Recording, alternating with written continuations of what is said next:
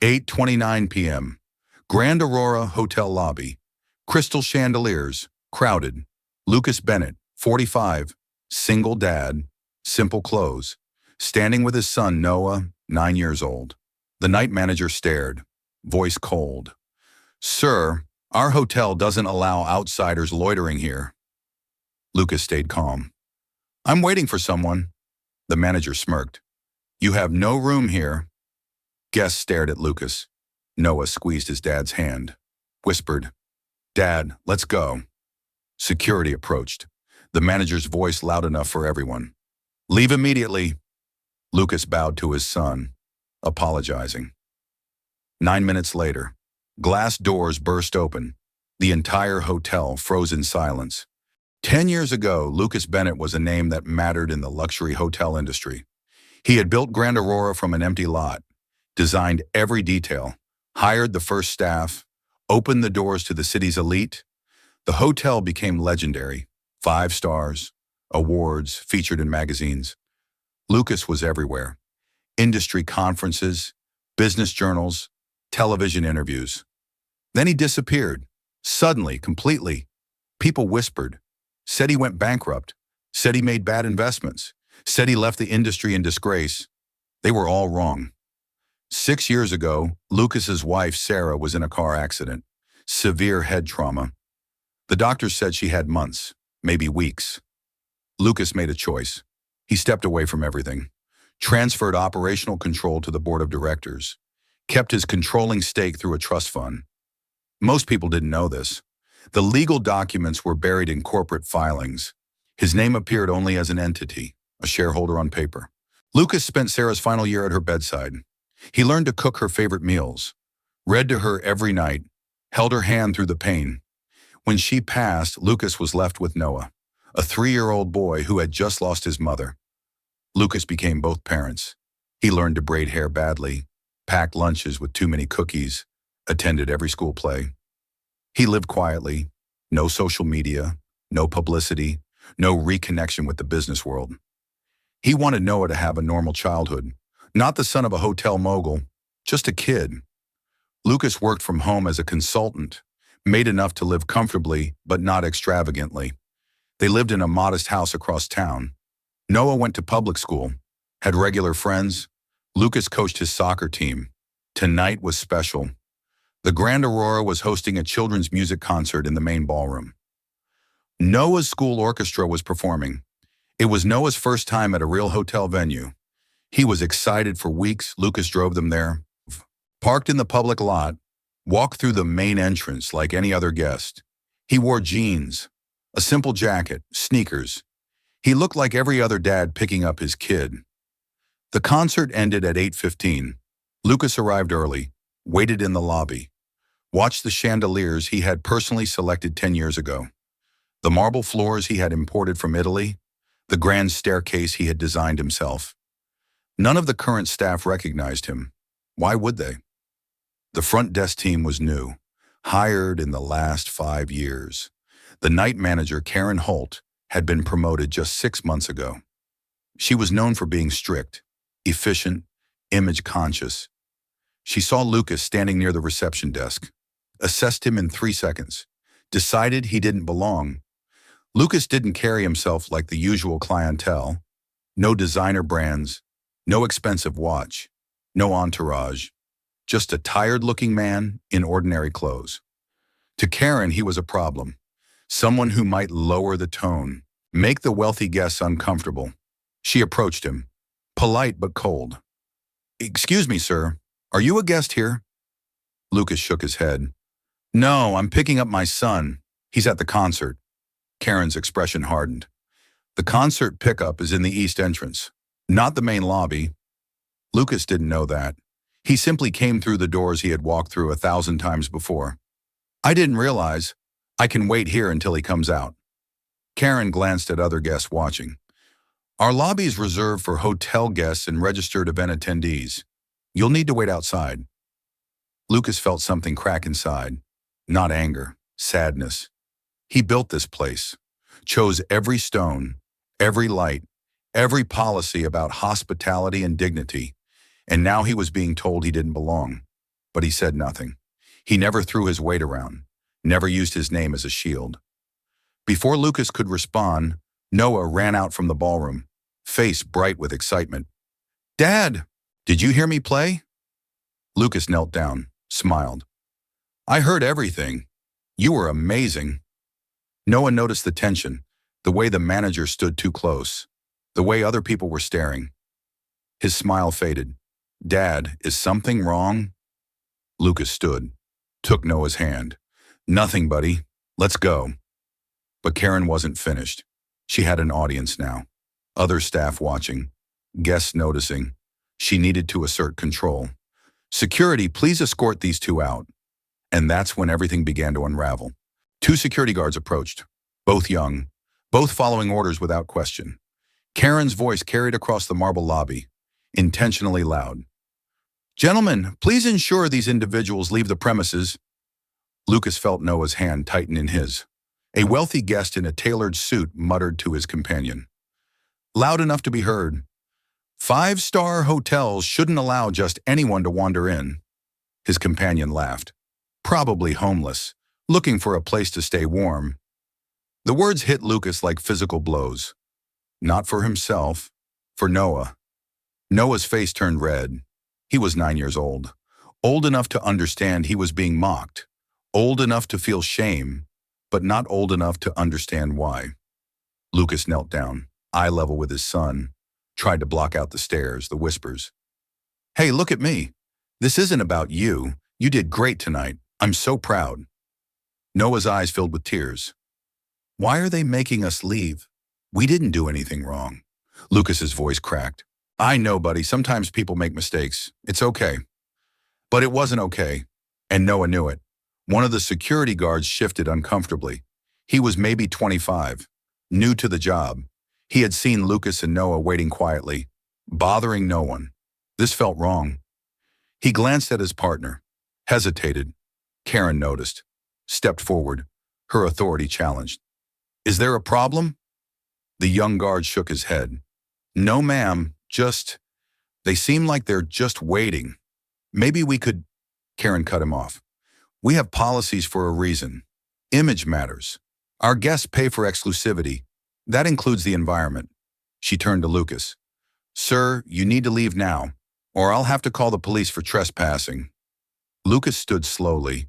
He could end this with 3 words. "I own this hotel." But he didn't, because that wasn't who he was. He didn't demand respect through power. He believed respect should be given freely, to everyone, regardless of their clothes or status. Lucas pulled out his phone. "May I make one call first? Then we'll leave quietly." Karen glanced at her watch. 8:38 p.m. She was already annoyed, but denying a phone call would look cruel, even to her. "Fine. 1 minute." Lucas dialed a number he rarely used. Direct line to the hotel's senior legal counsel, a woman named Margaret Torres.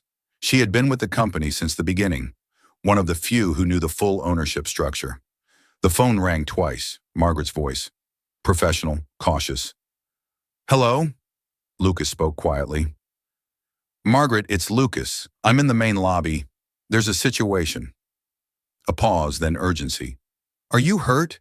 Is Noah okay?" "We're fine. But I need you to contact the board. Tell them to send someone immediately. Operations director, legal, finance, anyone who can verify ownership." Margaret's voice tightened. "What happened?" "I'm being escorted out of my own hotel." Silence on the other end, then rapid typing. "I'm making calls now. Don't move. I'll have people there in 10 minutes. Thank you." Lucas hung up. Karen watched him, arms crossed. "Are you finished?" Lucas nodded. "Yes, we'll wait outside if that's more appropriate." Karen's expression softened slightly. Maybe she felt she'd won. "That would be best. Thank you for cooperating." Lucas took Noah's hand, started walking toward the exit. The crowd parted. Some guests looked away, embarrassed but unwilling to intervene. Others stared openly, judging. Noah walked with his head down, trying not to cry. Lucas squeezed his hand. "You okay?" Noah nodded, but he wasn't. They reached the revolving doors. Lucas glanced back one last time, at the hotel he built, the dream he created, the place where he once stood proudly, now walking out like a trespasser. Karen stood at the reception desk, victorious. The lobby returned to normal. Guests resumed their conversations. Staff went back to work. The clock on the wall showed 8:43 p.m. 4 minutes had passed since Lucas made the call. In 5 more minutes, everything would change. But in this moment, Lucas felt only one thing: the weight of his son's hand in his, and the shame of being unable to protect him from cruelty. They stepped outside into the cool night air. Noah finally let the tears fall. "Dad, I don't understand. Why were they so mean?" Lucas knelt down, wiped his son's cheeks. "Because sometimes people forget what really matters. They see clothes instead of character, money instead of humanity. But you taught me to be kind to everyone." "I did. And you are. That's what makes you better than them." Noah hugged his father tight. "Can we go home?" Lucas was about to say yes, but then he heard it. The sound of car doors slamming, multiple vehicles, footsteps approaching rapidly. Lucas stood, turned around. 3 black cars had pulled up to the entrance. Doors opening, people emerging. Margaret Torres, the hotel's operations director, the chief financial officer, the head of regional development, all moving with purpose toward the entrance. Margaret reached them first, out of breath. "Lucas, I'm so sorry. We came as fast as we could." The operations director, a man named James Caldwell, looked furious. "What the hell happened?" Lucas glanced at Noah, then at the group. "Let's go inside. I think there's a lesson the hotel needs to learn." 8:47 p.m., exactly 9 minutes after Lucas made the call. The glass doors burst open. Lucas walked back in. Not alone this time. Margaret Torres on his right, James Caldwell on his left, the CFO and regional director behind them, all moving with purpose. The lobby noticed immediately. Conversation stopped mid-sentence. Heads turned. Karen looked up from the reception desk. Her confident smile faltered. She recognized James Caldwell. He was in the corporate newsletter, Senior Leadership. He reported directly to the board. Why was he here? And why was he walking with the man she just threw out? James scanned the lobby, his expression ice cold. He spotted Karen, walked straight to her. "Miss Holt, I need you to explain something to me." Karen straightened, tried to compose herself. "Of course, Mr. Caldwell. How can I help?" James gestured to Lucas. "Why was this man asked to leave the hotel?" Karen glanced at Lucas, then back to James, confidence returning slightly. "He was loitering in the lobby without being a guest or registered attendee. It's policy to maintain the exclusivity of the space." James's jaw tightened. "Do you know who this man is?" Karen hesitated. No, sir. He didn't identify himself." "That's because he shouldn't have to." James turned to face the lobby, raised his voice, professional but commanding. "Everyone, may I have your attention, please?" The lobby fell completely silent. Guests stopped walking. Staff froze. Even the background music seemed to fade. James continued. "This is Lucas Bennett, founder and majority shareholder of Grand Aurora Hotels. He built this property 10 years ago. He owns 51% of this company. And tonight, he was humiliated in his own lobby." The words hung in the air like a bomb. Karen's face drained of color. Her mouth opened, but no sound came out. The wealthy guest who had mocked Lucas earlier looked like he wanted to disappear into the floor. Other guests shifted uncomfortably. Some pulled out their phones. This was going to be a story. Margaret stepped forward, her voice calm but lethal. "Mr. Bennett transferred operational control 6 years ago for personal family reasons, but he has never relinquished ownership. Every senior executive knows this. Every board member knows this. Apparently, our frontline staff does not." She looked directly at Karen. "Which means training has failed. Culture has failed. Leadership has failed." Lucas had said nothing yet. He stood quietly, holding Noah's hand. The boy looked up at his father, confused, amazed, scared. "Dad!" Lucas knelt down, blocked out everyone else. "Hey, you okay?" Noah whispered. "This is your hotel." Lucas nodded. "I built it before you were born." But I stepped away to take care of Mom, and then to take care of you. I didn't want you growing up in this world. I wanted you to be a normal kid. But why didn't you tell them? Lucas smiled sadly. Because I shouldn't have to. People should treat everyone with respect, not just people with money or power. Noah thought about this, then hugged his father. Lucas stood, faced the crowd. This was the moment. He could fire Karen on the spot, make an example, assert dominance. But that wasn't who Lucas was. He spoke quietly, but in the silent lobby, every word carried. I didn't come here tonight to reveal myself. I came to pick up my son. I parked in the public lot because I don't need special treatment. I waited in the lobby because it's where I've always waited. I didn't demand recognition because I believe every person who walks through those doors deserves dignity. Whether they're a billionaire or a janitor. He paused. Let it sink in. Tonight I was judged in 3 seconds, based on my clothes, my appearance, my perceived status, and my son watched it happen. He watched adults mock me, humiliate me, treat me like I was worthless. Lucas's voice cracked slightly. Do you know what that teaches a child?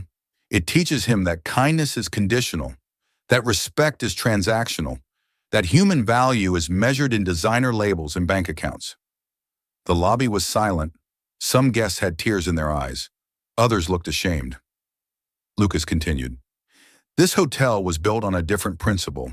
Hospitality means seeing the human first, serving with dignity, creating a space where everyone feels welcome. Somewhere along the way, we forgot that. And tonight proved it. He turned to Karen. She was shaking, tears streaming down her face. Miss Holt, you were doing your job as you understood it. You were following what you thought were the standards.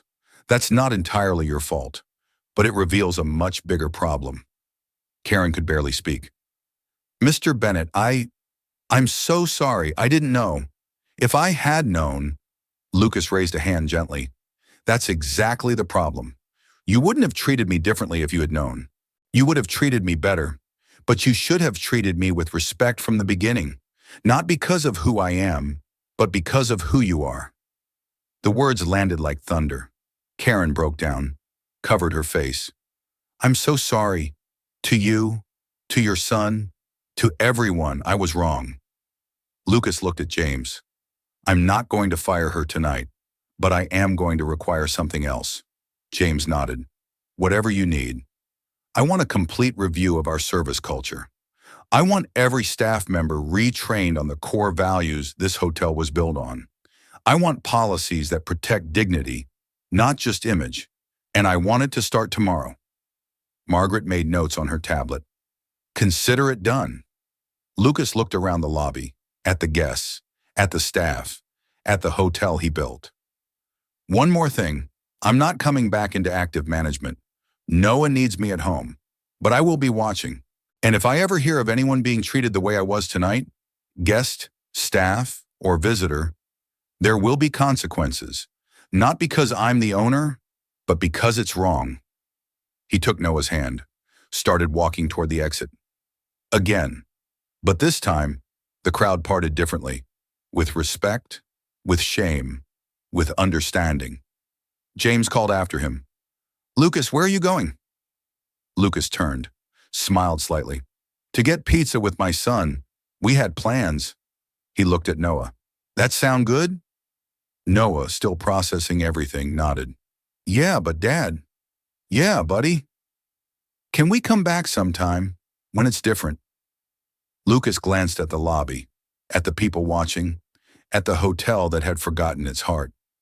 Yeah, we can come back, when it remembers what it was supposed to be. They walked out into the night.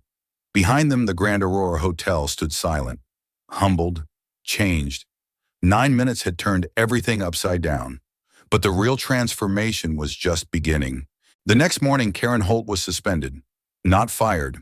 Lucas had been clear about that. She deserved a chance to learn, but consequences mattered. The board convened an emergency meeting. Lucas joined via video call. He refused to come in person. He had promised Noah breakfast and homework help. That came first. The board looked shaken, embarrassed. They had let the culture drift, prioritized revenue over values, metrics over humanity. James Caldwell led the presentation.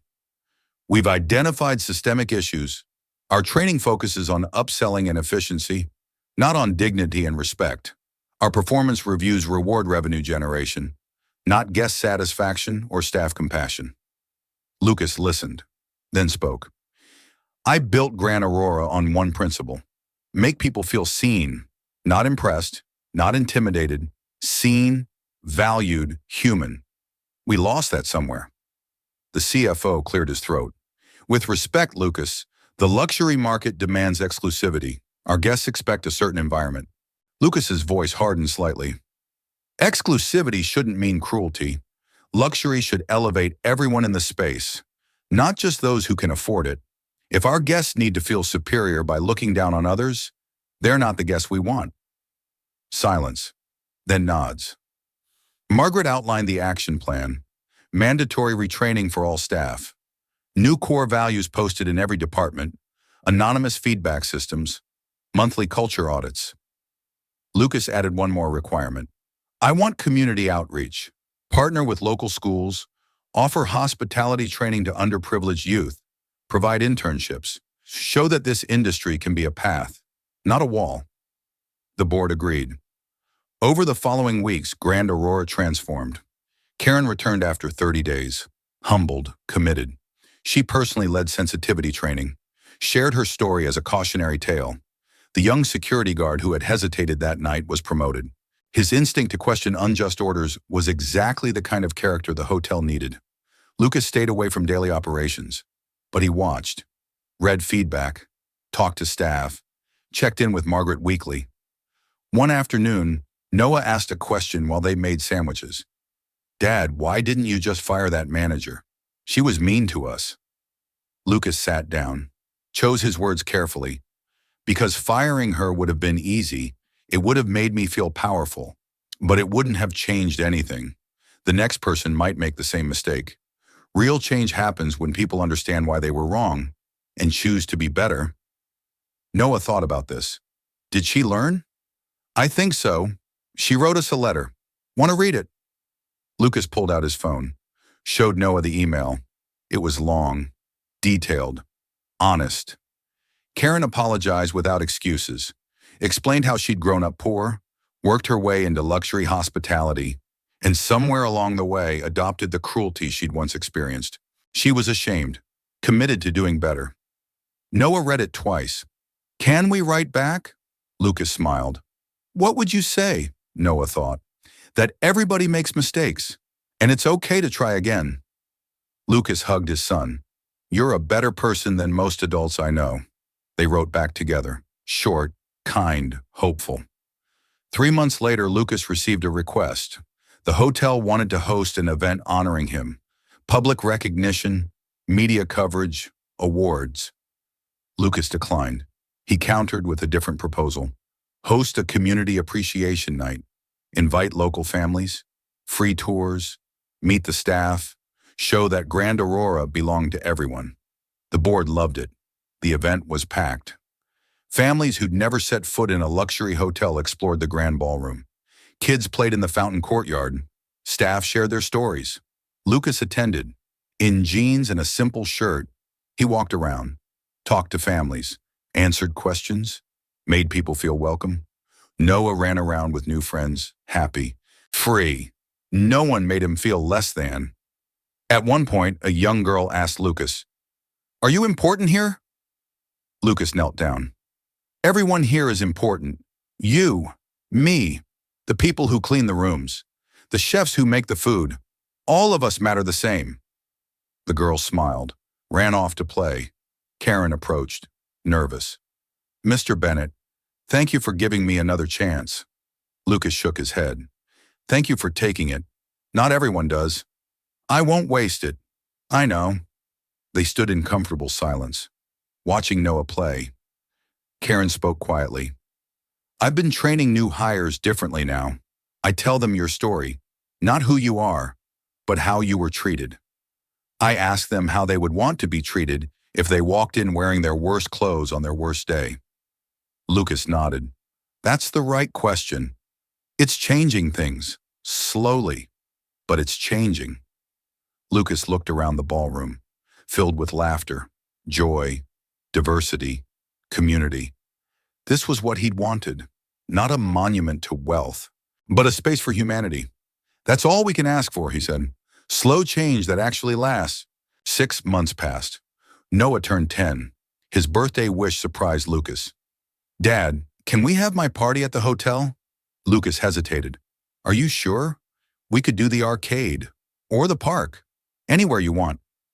Noah nodded firmly. I want my friends to see it. The new way. So they planned it.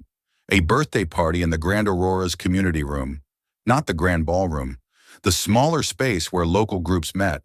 Where the hotel offered free meeting space to nonprofits. Noah invited his whole class. 23 kids. Different backgrounds. Different neighborhoods. Some had never been to a hotel before. Lucas arrived early with Noah to set up. Karen was there. Not because it was her job. Because she wanted to help. Mr. Bennett, Noah, happy birthday. She handed Noah a card. Handmade. Thank you, Miss Karen. Noah smiled. The kids arrived, eyes wide, looking around. Lucas greeted each family personally, made sure everyone felt welcome. One mother pulled him aside, tears in her eyes. Thank you for this. My daughter has been talking about it for weeks. She's never been invited somewhere like this before. Lucas squeezed her hand. This place belongs to everyone, especially kids who deserve to dream big. The party was perfect. Games, cake, laughter. At one point, Lucas stood back, watched Noah with his friends. All different, all equal, all happy. James approached. He'd stopped by to drop off a gift. You did it, Lucas. Changed the culture. For real this time. Lucas shook his head. We're still learning, still growing. But yeah, it's better. The staff talks about that night, uses it as a teaching moment. We even put your speech in the training manual. Hope that's okay. Lucas smiled. As long as you don't use my name, make it about the lesson, not the person. Deal. James watched the kids. You know, revenue's actually up. Turns out kindness is good business. It always was. People just forgot. That evening, after everyone left, Noah helped clean up. Lucas tied garbage bags, Noah wiped tables. Working together. Dad? Yeah, buddy? I'm glad you didn't tell them you were the owner that first night. Lucas stopped, surprised. Really?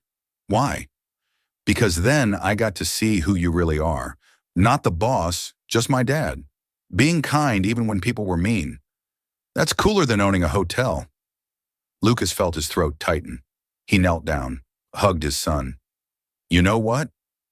You're the reason I do any of this. The reason I came back that night. The reason I wanted change. Because I want you to grow up in a world where people see each other. Really see each other. Noah hugged back. I see you, Dad. Those 4 words, more valuable than any hotel, any fortune, any recognition. They drove home, through the city streets, past the Grand Aurora, its lights blazing. But to Lucas, it was just a building now.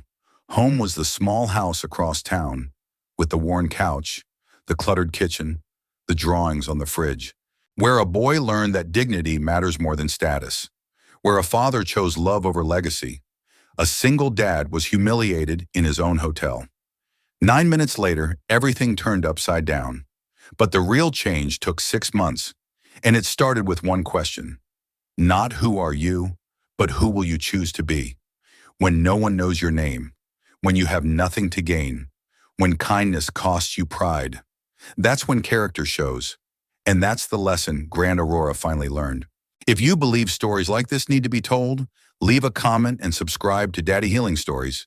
We share stories about fathers who choose character over pride, about men who lead with kindness, about dads who teach their children that dignity matters more than status. Subscribe now, because the world needs more stories where being a good father is the greatest success, where love heals, where respect is earned through humility, one moment at a time.